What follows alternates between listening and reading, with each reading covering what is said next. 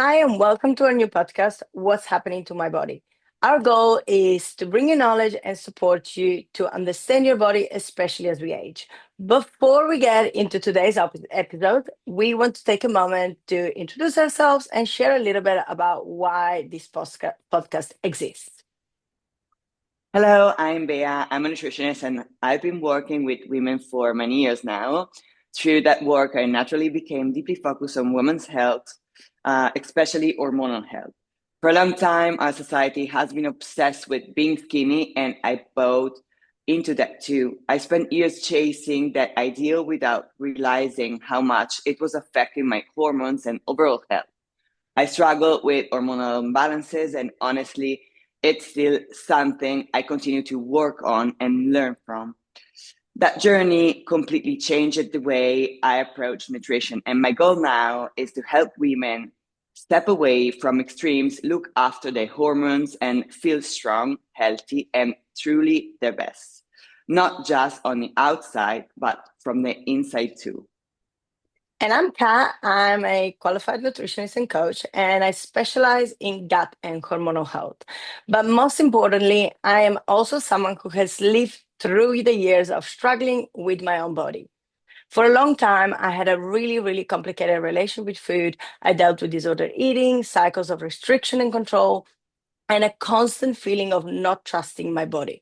Now, over the time, that turned into severe gut imbalances, bloating, discomfort, food reactions, fatigue, the kind of symptoms that slowly chip away your confidence and quality of life. So that journey is what pushed me into learn more how to heal myself and eventually how to help other women do the same. I do that without extreme methods, without punishment, and without making people feel like their body is their enemy. Over the years, I worked with so many different women at different stages of life with different goals, but they all kept asking me the same question. And that is, what is happening to my body? And that question, the confusion, the frustration, the self doubt behind it is a huge part of the inspiration of this podcast and obviously the name of it. Now, our first episode, we want to start with understanding the basics of perimenopause. So let's get right into it. Yeah, so have you ever woken up feeling like your body is a completely different person to the one you went to sleep in? One day you feel fine, and the next you're bloated, exhausted, emotional, or anxious. And you're left wondering what's wrong. And usually follows its confusion, frustration, and a lot of self-doubt.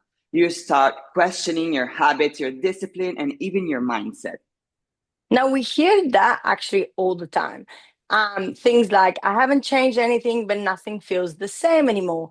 You're eating the same, training the same, living the same, but your body is responding completely differently. And that can feel incredibly frustrating and confusing. And I want to be really clear from the start. This episode isn't about fixing you, blaming you, or telling you you're doing something wrong, but instead it's about giving you clarity, language, and understanding for what's going on. Now, one of the first things that we want to address is what perimenopause actually is. Mhm. So, in a way that doesn't feel overwhelming and clinical, perimenopause is the transitional phase before menopause, when your hormones start to fluctuate. And I really want to emphasize on the word fluctuate. They're not just slowly declining in a neat or predictable way, they're swinging up and down, sometimes month to month, sometimes week to week. And this is important. Important. Many perimenopause doesn't just start in your late 40s. For many women, it can begin in their mid 30s or also in their in early 40s. Now, that's often why it feels so shocking because no one has ever mentioned that before, that it could exist. Yeah, exactly. Because as you mentioned, Kat, like the average age of perimenopause, it's 45, but that's an average. And it can start 10 years before or 10 years later. So this is a topic very confusing for a lot of women. And this is usually where women say, why has no one told me this sooner? And we're taught about puberty, periods, and pregnancy, but this huge phase of hormonal change is barely spoken about. So when it starts happening, most women assume something is wrong with them. One of the biggest misconceptions is that hormonal symptoms only start once your period becomes irregular or stops. But what actually happens first is that ovulation becomes less predictable. And when ovulation is inconsistent, hormones don't follow their usual pattern. It's not that your hormones are gone, but they are inconsistent. The right word here is unpredictable. And this is why you can still have a regular period and be deep in perimenopause. It is also why many women get bloods back, saying everything is normal, even though they feel anything but normal. So remember one thing: blood tests can capture like a snapshot, but they're not the constant hormonal swing happening behind the scenes, because the bloods only take what's happening in that specific moment. So when we work with women in this phase, there are some really common changes that come up again and again. Things like mood changes, feeling more irritable, more emotional, and just not feeling like themselves. Now, anxiety, it's a big one, and that feels like very new or very loud, especially for people that has never struggled with anxiety before.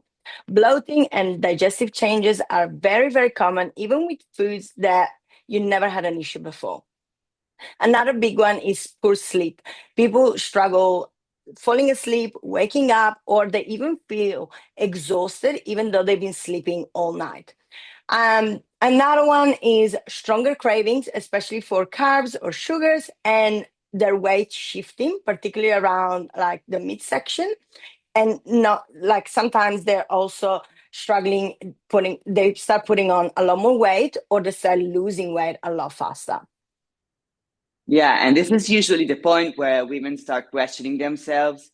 They wonder if they've lost discipline, motivation, or willpower.